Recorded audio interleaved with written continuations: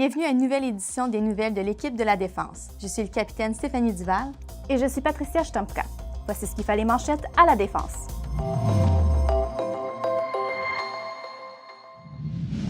Comme il est indiqué dans la politique de défense, protection, sécurité, engagement, le gouvernement du Canada met un accent particulier sur l'innovation.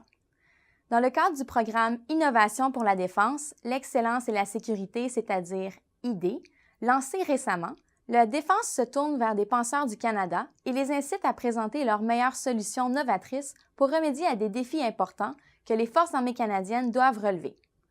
D'après Éric Fournier, directeur général responsable du programme, voici comment le programme ID profitera au Canada et à l'équipe de la Défense.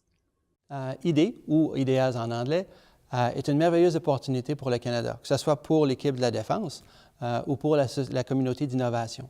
Pour la communauté d'innovation, avoir la possibilité d'avoir accès à une source de financement importante pour faire de la recherche et développement, on parle d'1,6 milliard sur 20 ans, c'est une occasion à peu près inespérée.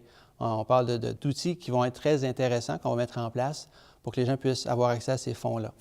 On a des priorités de recherche qui sont très intéressantes, qui représentent des défis importants.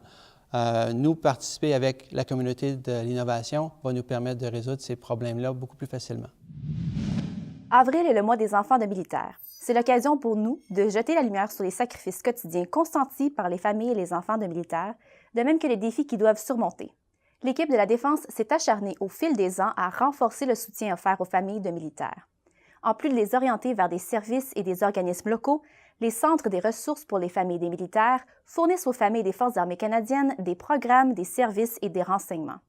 De plus, les centres offrent également des programmes spéciaux à l'intention des enfants, notamment des ateliers en matière de déploiement et des services de garde d'urgence en temps de crise. Le 14 avril, on encourage tout un chacun à se vêtir de violet afin de rendre hommage aux enfants issus de familles de militaires en guise de reconnaissance de leur force et de leur résilience. L'application mobile Respect dans les Forces armées canadiennes a été mise à jour récemment. L'application, destinée aux membres des Forces armées canadiennes prenant part à l'opération Honor, renferme une boîte à outils numérique qui leur donne accès à des ressources d'aide aux victimes et à des renseignements importants, peu importe l'endroit où ils se trouvent dans le monde. Parmi les améliorations récentes, mentionnons l'élargissement de la section des ressources à l'intention des équipes de direction, l'ajout de contenu d'aide aux victimes et l'intégration de 14 nouveaux outils et guides. On veille à la mise à jour continue de l'application pour veiller à ce qu'elle renferme les meilleurs renseignements et conseils possibles.